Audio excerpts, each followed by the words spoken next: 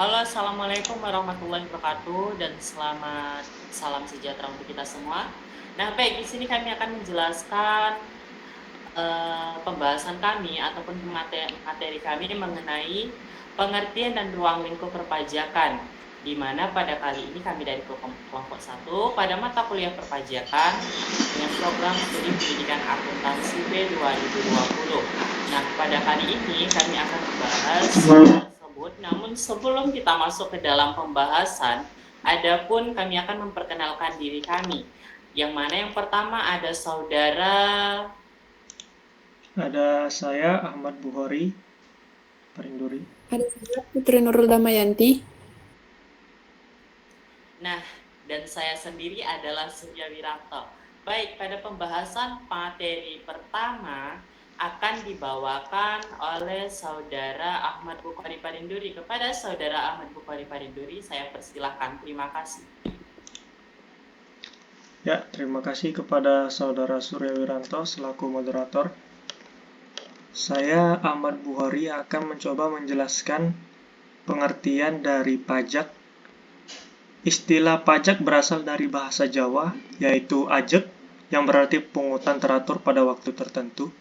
Paajeg berarti pungutan teratur taraf hasil bumi sebesar 40% dari yang dihasilkan petani untuk diserahkan kepada raja dan pengurus desa. Besar kecilnya bagian yang diserahkan tersebut hanyalah berdasarkan adat kebiasaan semata yang berkembang pada saat itu. Pada Sumarsid Murtono dalam Effendi tahun 2006. Lalu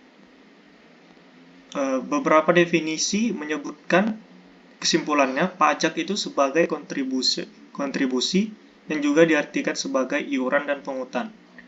Lalu selanjutnya saya akan saya kembalikan kepada moderator. Terima kasih. Baik, terima kasih kepada saudara Ahmad Bukhari. Nah, itulah yang seperti yang kita ketahui bahwasanya ada pengertian-pengertian dari pajak, dan dalam kali ini akan dibawakan oleh saudari Nurul Putri Damayanti. Oleh saudari Putri Nurul Damayanti. Oke, baik. Oleh karena itu langsung saja saya silakan kepada saudari Putri Nurul Damayanti. Terima kasih. Baik, terima kasih kepada saya Surya. Ini saya akan menjelaskan mengenai ketentuan umum dalam Undang-Undang KUP. Pada pasal 1 Undang-Undang KUP ada 41 ketentuan umum, sekurang-kurangnya hanya 2 seperti: 1. Pajak adalah kontribusi wajib kepada negara yang terutang oleh orang pribadi atau badan yang bersifat memaksa berdasarkan undang-undang dengan tidak mendapatkan imbalan secara langsung dan digunakan untuk keperluan negara bagi sebesar-besarnya kemakmuran rakyat. Yang kedua, wajib pajak adalah orang pribadi atau badan meliputi pembayaran pajak, pemotong pajak, dan pemungut pajak yang mempunyai hak dan kewajiban perpajakan sesuai dengan ketentuan peraturan perundang-undangan perpajakan.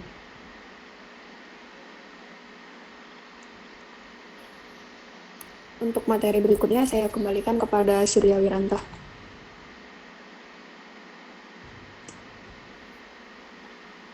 Oke, baik. Terima kasih kepada saudari Putri Nurul Damayanti.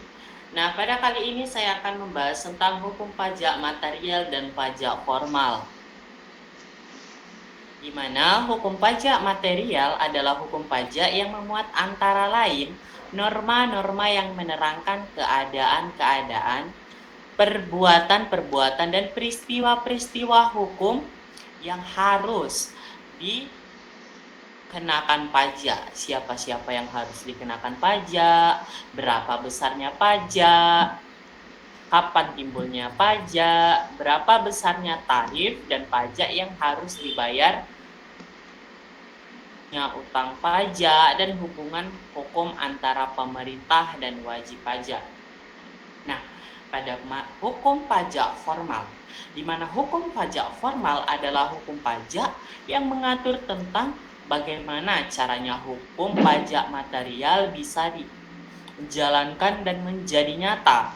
Dan hukum pajak formal memuat antara lain cara pendaftaran diri untuk memperoleh NPWP, cara pembukaan, cara pemeriksaan, sanksi administrasi, cara penagihan hak dan kewajiban wajib pajak, cara penyidikan, dan sanksi pidana. Mungkin itu saja yang bisa saya sampaikan, dan selebihnya untuk materi kelanjutannya akan saya kembalikan kepada Saudara Ahmad Bukhari. Kepada Saudara Ahmad Bukhari saya persilahkan. Ya, terima kasih kepada Saudara Surya. Saya akan menjelaskan pengertian dari wajib pajak, masa pajak, dan tahun pajak.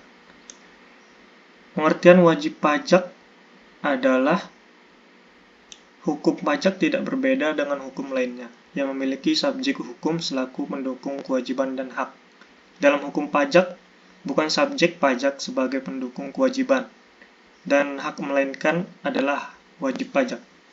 Lalu menurut ketentuan pasal 1 angka 1 Undang-Undang KUP, wajib pajak adalah orang pribadi atau badan yang menurut ketentuan peraturan perundang-undangan perpajakan ditentukan untuk melakukan kewajiban perpajakan, termasuk pemungutan atau pemotongan pajak tertentu.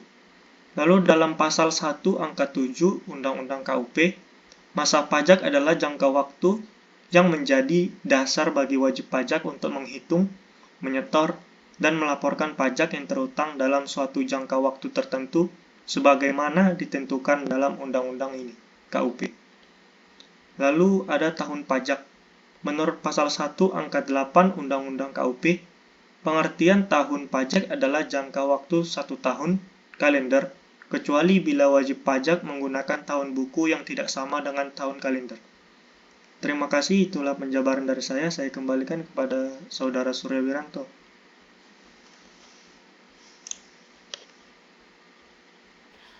Baik, kepada Saudara Ahmad Bukhari. Nah, untuk pembahasan selanjutnya saya serahkan kepada Saudari Nurul Damayanti. Kepada Saudari Nurul Damayanti saya persilahkan. Baik, di sini saya akan menjelaskan tentang kewajiban dari wajib pajak. Wajib pajak merupakan subjek hukum dalam konteks hukum pajak karena telah memenuhi syarat-syarat subjektif dan syarat-syarat objektif untuk dikenakan pajak. Apabila kewajiban yang dibebankan kepada wajib pajak tidak dilaksanakan, dapat dikenakan sanksi hukum yang meliputi sanksi administrasi berupa bunga, denda, atau kenaikan serta sanksi pidana yang terdapat dalam Undang-Undang Pajak. Dan juga ada beberapa ketentuan yang harus dilaksanakan dalam kewajiban wajib pajak. Kewajiban wajib pajak yang harus dilaksanakan sebagaimana yang ditentukan antara lain adalah wajib pajak mendaftarkan diri kepada kantor Direktorat Jenderal Pajak. Yang kedua, wajib pajak melaporkan usahanya pada kantor Direktorat Jenderal Pajak. Yang ketiga, wajib pajak wajib mengambil sendiri surat pemberitahuan di tempat-tempat yang telah ditetapkan oleh pajak yang mudah dijangkau oleh wajib pajak. Yang keempat, wajib pajak wajib mengisi dengan jelas, benar, dan lengkap, serta ditandatangani sendiri surat pemberitahuan, kemudian mengembalikan ke kantor Direktorat Jenderal Pajak, dilengkapi dengan lampiran-lampiran. Yang kelima, membuat faktur pajak merupakan kewajiban pengusaha kena pajak. Yang keenam, wajib pajak diwajibkan untuk membayar atau menyetor pajak di tempat yang telah ditentukan oleh undang-undang. Yang ketujuh, yang terutama wajib dibayar lunas oleh wajib pajak dengan tidak menggantungkan pada adanya surat ketetapan pajak. Yang kedelapan, wajib pajak berkewajiban untuk menyelenggarakan dan atau memperlihatkan pembukuan atau pencatatan maupun data yang diperlukan oleh pemeriksa pajak. Yang kesembilan, wajib pajak wajib memberi kesempatan kepada pemeriksa pajak untuk melakukan pemeriksaan untuk memasuki tempat atau ruangan yang dianggap perlu. Yang ke-10, wajib pajak berkewajiban untuk menunjuk wakil bagi wajib pajak badan yang bertanggung jawab tentang pelaksanaan kewajiban perpajakan. Dan yang terakhir adalah wajib pajak wajib menunjuk kuasa hukum untuk mewakili wajib pajak di luar maupun di dalam lembaga peradilan pajak, baik lembaga keberatan, pengadilan pajak, dan mahkamah agung. Kewajiban wajib pajak sebagaimana dimaksud tidak bersifat final yang berarti setiap saat dan waktu dapat berubah. Hal ini dimaksudkan agar kewajiban wajib pajak dapat mengalami perubahan yang signifikan dalam upaya penegakan hukum pajak. Demikian materi yang dapat saya sampaikan. Saya kembalikan lagi kepada saudara pimpinan, Pak. Baik, terima kasih pada saudara yang telah menjelaskan tentang kewajiban dari seorang wajib pajak. Nah, pada pembahasan selanjutnya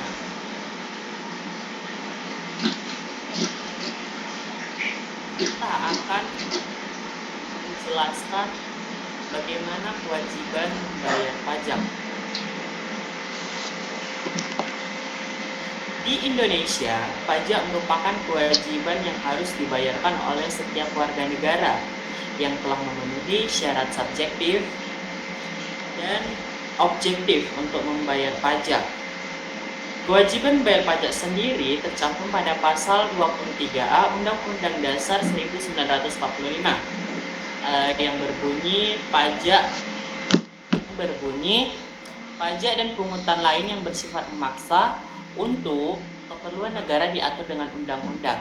Jadi selain itu di Indonesia pajak memiliki posisi yang paling penting selain untuk membiayai kepentingan dan kesejahteraan masyarakat. Pajak merupakan penopang terbesar APBN di negara Indonesia.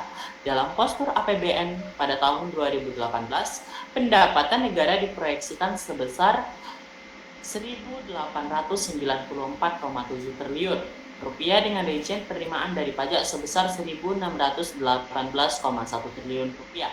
Nah, jadi penerimaan negara bukan pajak atau PNBP sebesar 275,4 triliun rupiah dan hibah sebesar 1,2 triliun. Dan besarnya target penerimaan negara dari sektor pajak menjadikan apapun yang ada di Indonesia dijadikan objek pajak.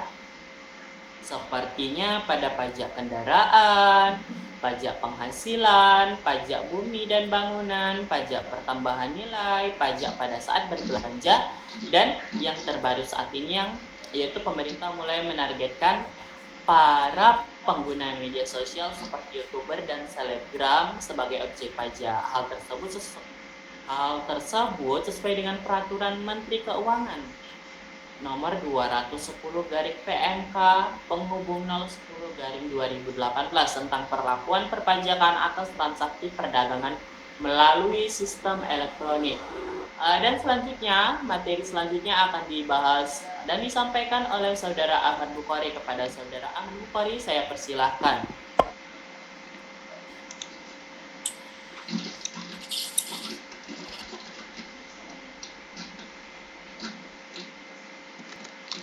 Ya, terima kasih. Saya akan menjelaskan materi dari ragam sanksi pajak berdasarkan jenis pajak. Ada beberapa bentuk sanksi. Yang pertama itu ada sanksi administrasi. Di dalamnya ada sanksi bunga yang pada peraturan Undang-Undang KUP 2007 pasal 8 ayat 2 tentang pembetulan SPT tahunan dalam 2 tahun. Contohnya kita ambil satu undang-undang saja. Lalu ada sanksi denda. Pada peraturan Undang-Undang KUP 2007 pasal 7 ayat 1 tentang SPT tidak disampaikan. Lalu SPT masa PPN, SPT masa lainnya, SPT tahunan PPh WP Badan, dan SPT tahunan PPh WP OP. Lalu ada juga sanksi kenaikan. Pada peraturan Undang-Undang KUP 2007 pasal 8 ayat 5 tentang pengungkapan ketidakbenaran pengisian SPT setelah lewat 2 tahun sebelum terbitnya SKP. Lalu SKPKB karena SPT tidak disampaikan. Selanjutnya ada sanksi pidana. Sanksi pidana bidang perpajakan terdiri dari 3, yakni denda, pidana, dan kurungan.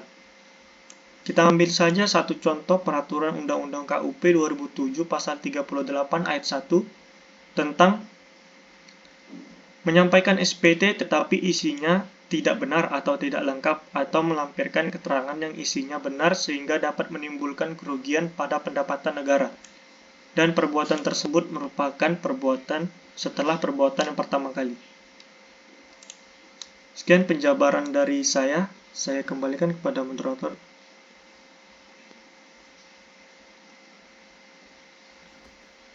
Oke, baik, terima kasih kepada Saudara Ahmad Bukhari, dan selanjutnya pembahasan selanjutnya akan disampaikan oleh Saudari Putri Nurul Damayanti. Kepada Saudari Putri, saya persilahkan.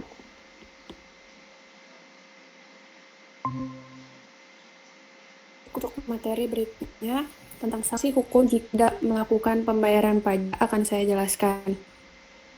Nomor 28 Tahun 2007 tentang Ketentuan Umum Pajakan Undang-Undang KUP. Sanksi perpajakan terdiri dari sanksi administrasi dan sanksi pidana. Langsung saja ke sanksi yang pertama, yaitu sanksi administrasi. Sanksi administrasi perpajakan terdiri dari sanksi denda, sanksi bunga, dan sanksi kenaikan. Sekian sanksi tersebut dikenakan untuk berbagai jenis pelanggaran aturan. Yang pertama adalah pengenaan bunga. Sanksi berupa pengenaan bunga ini berlandaskan pada pasal 9 ayat 2A dan 2B Undang-Undang KUP.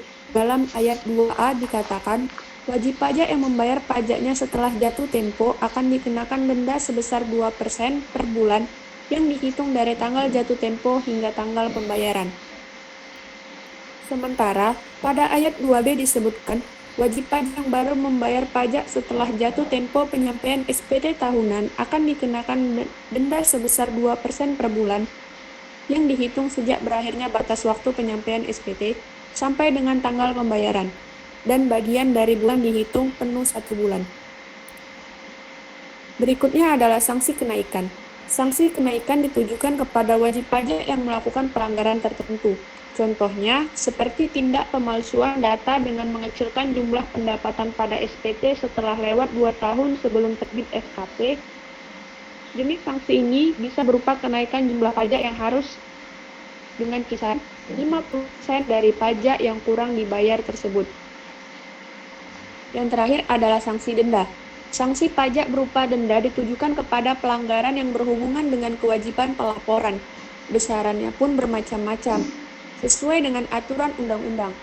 Contohnya, telat menyampaikan SPT masa PPN, maka nominal denda yang dikenakan senilai Rp500.000.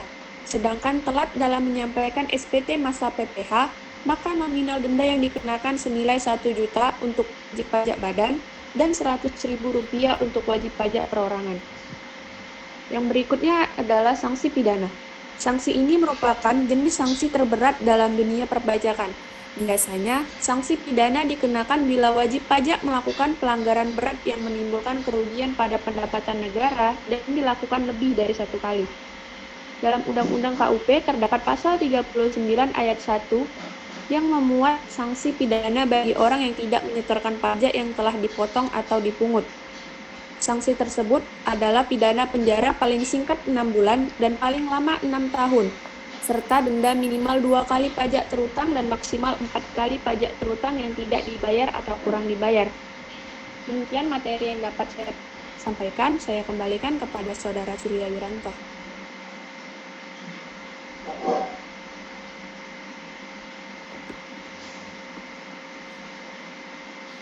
Baik, terima kasih kepada Saudari Putri yang telah menjelaskan hal tersebut.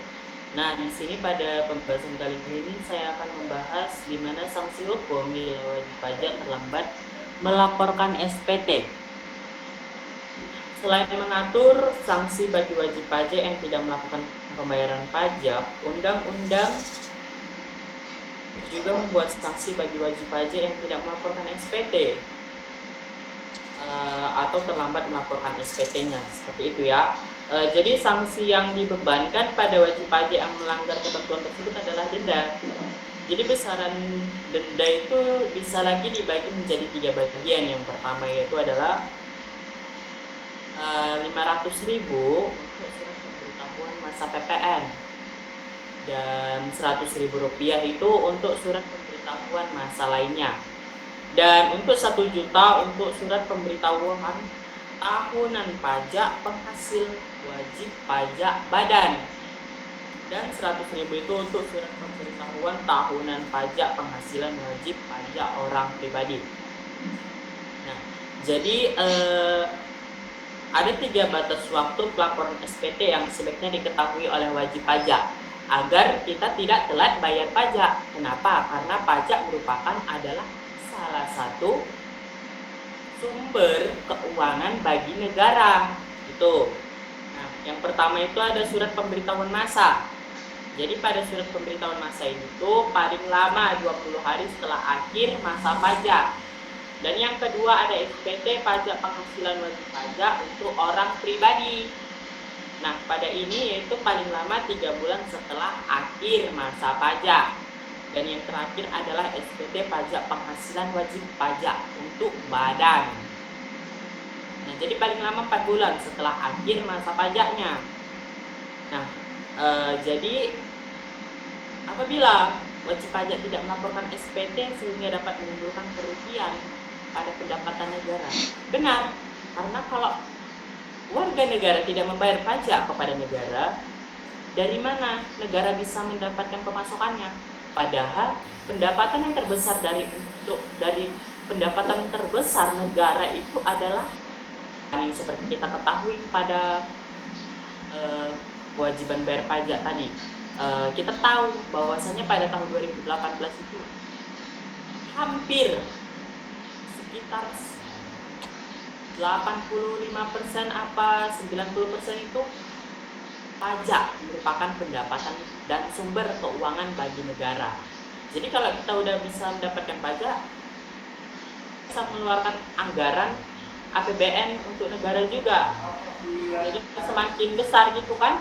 Nah, itu aja yang bisa saya sampaikan.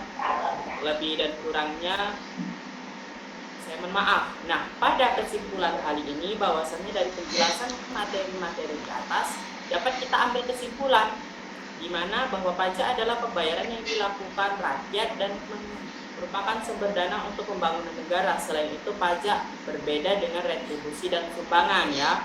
Berbeda dengan retribusi dan sumbangan. Dalam penetapan besaran pajak harus sesuai dengan Pancasila. Itu jadi pajak sendiri memiliki banyak jenis dan alat yang digunakan pun beraneka ragam. Tarif pajak berbeda tergantung dasar yang digunakan. Selain itu, pemerintah telah memberikan batasan segala hal yang berkaitan dengan pajak di dalam Undang-Undang Perpajakan Nasional yang merupakan modernisasi dari Undang-Undang Kolonial. Nah, mungkin ini saja yang bisa kami sampaikan dari kelompok 1 untuk pembahasan pengertian dan ruang lingkup pajak. Oleh karena itu, saya sebagai moderator Surya Wiranto mengundurkan diri dan mengucapkan Assalamualaikum warahmatullahi wabarakatuh dan salam sejahtera untuk kita semua. Waalaikumsalam.